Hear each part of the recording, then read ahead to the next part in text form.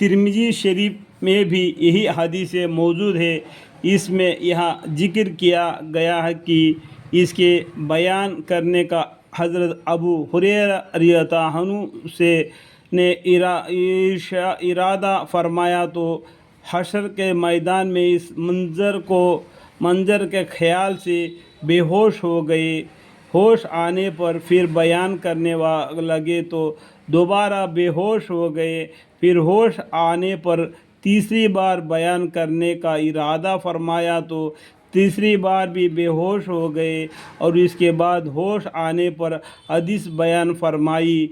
जब यह हदीस हज़रत मुआविया रज़ियल्लाहु अन्हु को सुनाई गई तो फरमाया कि जब इन तीनों आदमियों के साथ ऐसा होगा तो इनके अलावा दूसरे बाद नियत इंसानों के बारे में अच्छा मामला होने की क्या उम्मीद रखी जाए।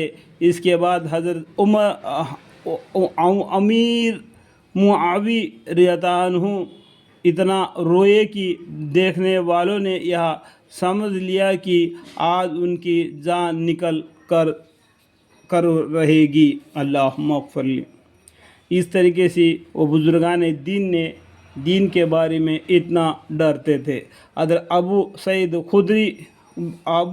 बिन फज़ूल रज़ियल्लाहु अन्हु से रिवायत है कि फज़ूला रज़ियल्लाहु अन्हु से रिवायत है कि हमारे नबी सल्लल्लाहु अलैहि वसल्लम ने फरमाया कि जब अल्लाह ताला के दीन लोगों को जमा करेगा जिसके आने में ज़रा शक नहीं है यानी क़यामत, तो एक पुकारने वाला ज़ोर से पुकारेगा कि जिसने कोई अमल अल्लाह के लिए किया और इस अमल में किसी दूसरे को दिखाने की नियत करके इस दूसरे को भी शरीक कर लिया तो उसको चाहिए कि इस अमल का सवाल अल्लाह से सिवा इस गैर से ही ले ले। अल्लाहुम्मा अग़फ़िर ली। यानी जो भी नियत है वो अल्लाह के वास्ते करना है। दूसरे के वास्ते अगर नियत करके करेगा तो उसका सवाब उससे लेना, यानी अल्लाह से नियत करके लेगा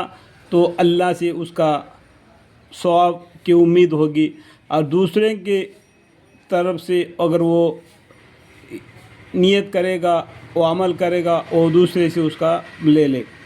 दूसरी हदीस में है कि जिसकी रिवायत बैहक़ी ने शुबुल ईमान में की है कि जिस दिन अल्लाह ताला बंदों के आमाल का बदला देने दिखावा करने वालों से फरमाएंगे, जाओ दुनिया में तुम जिनको दिखाने के लिए अमल करते थे उन्हीं के पास जाओ, फिर देखो कि उनके पास तुम्हें कुछ सवाब या भलाई मिलती है।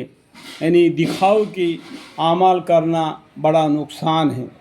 अल्लाह को राज़ी करने के लिए, अल्लाह से मोहब्बत रखने के लिए, अल्लाह की रहमत के उम्मीद से आमल करना बिल्कुल सही है।